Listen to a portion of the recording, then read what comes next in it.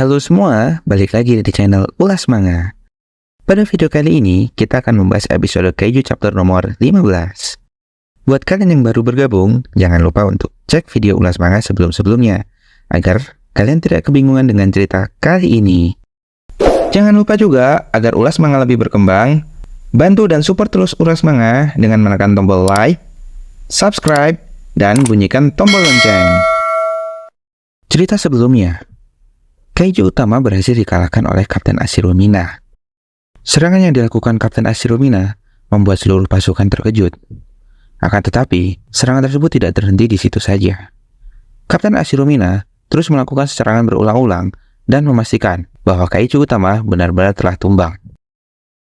Dengan tumbangnya Kaiju utama bukan berarti peperangan telah selesai. Akan tetapi, peperangan baru saja dimulai. Kaiju susulan keluar dari bangkai mayat Kaiju utama. Para Kaiju tersebut keluar bergerombolan dengan jumlah yang sangat banyak. Divisi monitoring memberikan laporan kepada Wakil Kapten Hoshina. Para anak baru terlihat sangat letih. Untuk misi pertama, ini termasuk pemusnahan yang cukup berat. Akan tetapi, jika mereka berhasil melalui ini, mereka mungkin akan berkembang lebih jauh. Menurut Wakil Kapten Hoshina, bahwa sebagian besar anggota pasukan berhenti ketika pelepasan kekuatan mereka berada di 20% hingga 30% dan mengakhiri karir sebagai anggota pasukan biasa. Namun, ada beberapa individual berbakat yang bisa melewati tembok itu, dan mereka pun bisa berkembang menjadi kelas kapten. Dari semua anak baru kita tahun ini, saat ini hanya ada Kikoru Shinomiya yang sudah melewati tembok itu. Akan tetapi, menurutku masih ada satu lagi yang bisa melewati tembok itu, yaitu Ichikawa Reno. Saat ini, Reno dan Iharu sedang berusaha untuk menuju ke lini depan distrik B. Namun, dalam perjalanannya mereka bertemu dengan salah seorang pasukan pembersih bangkai Kaiju. Orang tersebut memiliki tatapan yang aneh, dan Reno pun terkejut. Bagaimana bisa ada seorang pembersih bangkai Kaiju di medan peperangan? Chapter 14 diakhiri dengan munculnya orang aneh yang memakai seragam pembersih bangkai Kaiju di medan peperangan. Reno yang melihat orang tersebut menatap penuh curiga. Eits, sebelum lanjut, buat kalian yang belum prepare, bisa siapkan dahulu segelas kopi atau teh panas. Jangan lupa cemilan, lalu ambil posisi yang nyaman. Selamat nonton, readers. Chapter 15 diawali dengan penampakan kru pembersih bangkai Kaiju yang sedang bersiaga di zona aman. Saat ini, mereka memonitoring peperangan melalui teropong jarak jauh. Akan tetapi, salah satu dari mereka menyadari bahwa ada anggota baru yang tidak berada pada tempatnya. Beralih ke posisi Reno dan Iharu saat ini.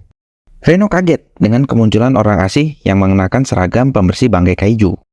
Orang aneh tersebut terus bergumam pada dirinya sendiri.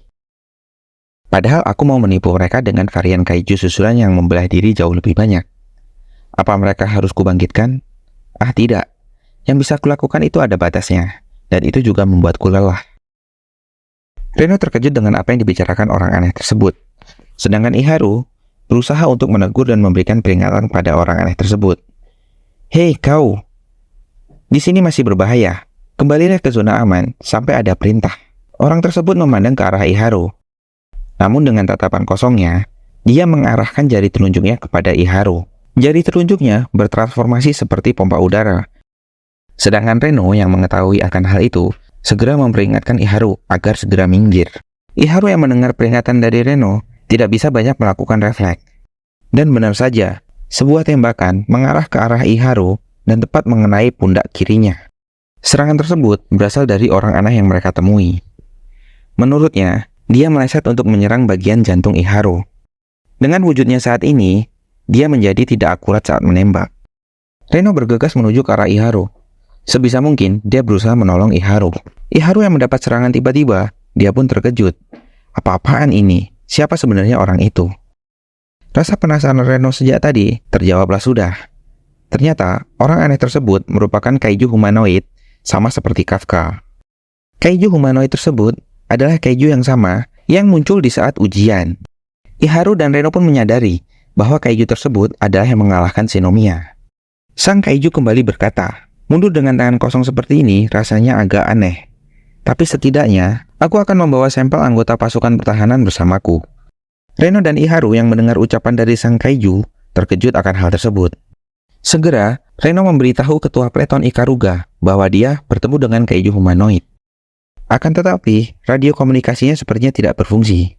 Ternyata, radio komunikasi mereka telah dirusak oleh sang kaiju. Menurutnya, area ini sudah ada di dalam area yang tidak bisa dideteksi dari luar. Aku menciptakan teknik ini untuk menyusup ke dunia manusia. Tapi tak kusangka, aku juga bisa memakainya untuk berburu. Sang kaiju berbicara sembari melancarkan serangannya kepada Reno. Reno yang berusaha keras menghindari serangan tersebut, tetap saja terkena kepada bagian perut sebelah kanan. Iharu yang melihat Reno terluka, dia pun khawatir. Namun, serangan sang kaiju tidak terhenti sampai di situ saja. Dia terus menembak membabi buta ke arah Reno. Kali ini, paha sebelah kiri Reno terkena serangan. Reno mengerang kesakitan, tetapi sang kaiju berucap kembali bahwa dia meleset menyerang Reno. Reno terlihat tertunduk lesu. Dia merasakan seluruh lukanya dengan rasa sakit yang luar biasa. Sang kaiju pun menyadari bahwasanya Reno bisa melihat arah serangannya. Sekilas, Reno kembali terbayang di saat dia berbicara dengan Kikoru. Kikoru berkata kepadanya bahwa dia akan memberitahu kepada Reno untuk berjaga-jaga kalau saja Reno bertemu dengan sang kaiju tersebut. Awalnya itu mungkin akan terlihat seperti sulap atau sihir, tapi perhatikan baik-baik ujung jarinya. Ada semacam gerakan persiapan sebelum dia melakukannya. Dan benar saja, Reno memperhatikan ujung jari sang kaiju, dan dia pun berhasil menghindari serangan selanjutnya. Iharu sangat terkejut dengan refleks yang dilakukan oleh Reno. Sedangkan menurut sang kaiju, dia sudah menduga bahwa arah serangannya bisa dihindari oleh Reno. Tanpa memberikan kesempatan sang kaiju untuk berpikir, Reno segera memberikan serangan balasan. Akan tetapi, serangan balasan yang dilakukan oleh Reno seperti tidak ada efeknya. Melihat kenyataan tersebut, Reno pun berkata kepada Iharu agar Iharu dapat mundur dan memanggil bantuan. Iharu yang mendengar ucapan Reno, dia marah. Kenapa aku harus menuruti perintahmu dan meninggalkanmu di sini? Namun, belum sempat Iharu menyelesaikan ucapannya, segera Reno kembali melompat menyelamatkan Iharu. Karena ternyata, sang kaiju melakukan serangan kepada Iharu. Serangan kaiju tersebut tepat menyerempet pundak kanan Iharu. Situasi terlihat sangat genting. Terlihat Iharu menahan luka di bagian pundaknya. Sedangkan Reno, dia berkata dengan pelan-pelan kepada Iharu, "Iharu, tolong pergilah. Aku takut. Bahkan Shinomiya pun dikalahkan oleh orang ini. Aku tak punya kesempatan untuk menang." Iharu menyadari ucapan dari Reno. Saat ini, situasinya sangat genting. Tidak cukup waktu untuk berdebat. Dengan sigap, dia pergi lari meninggalkan Reno seorang diri. Sembari melirik kepergian Iharu, Reno pun tersenyum. Menurutnya, dia ingin menjadi anggota pasukan yang ingin dicapai seperti Kafka. Terbesit bayangan di saat Kafka menyelamatkannya dulu, sembari meminta Reno untuk lari meninggalkannya. Saat ini, posisi yang sama dihadapi oleh Reno. Menurutnya, orang seperti Kafka lah yang mempertaruhkan nyawanya demi rekan-rekannya yang harus dijadikan contoh. Chapter 15 diakhiri dengan kepergian Iharu meninggalkan Reno seorang diri. Saat ini, Reno menghadapi kaiju seorang diri dengan semangat yang penuh tetapi dengan kondisi tubuh yang tidak lagi memungkinkan. Bagaimanakah nasib Reno selanjutnya? Apakah dia mampu berjuang seorang diri menghadapi kaiju humanoid yang jelas-jelas telah mampu mengalahkan Shinomiya? Saksikan terus keseruan Kafka yang telah berubah menjadi kaiju di channel Ulas Manga ya teman-teman. Terima kasih banyak buat kalian yang menonton video ini hingga akhir. Mohon maaf jika ada kesalahan narasi, transkrip, ataupun dialog yang kurang maksimal. Kritik dan saran yang membangun, boleh banget kalian tulis di kolom komentar. Agar kami bisa berkembang lebih baik lagi, jangan lupa untuk bantu dan support channel Ulas Manga dengan menekan tombol like dan subscribe. Aktifkan juga tombol lonceng agar kalian mendapat notifikasi video terbaru dari kami. Sampai jumpa lagi di video selanjutnya, dan bye-bye.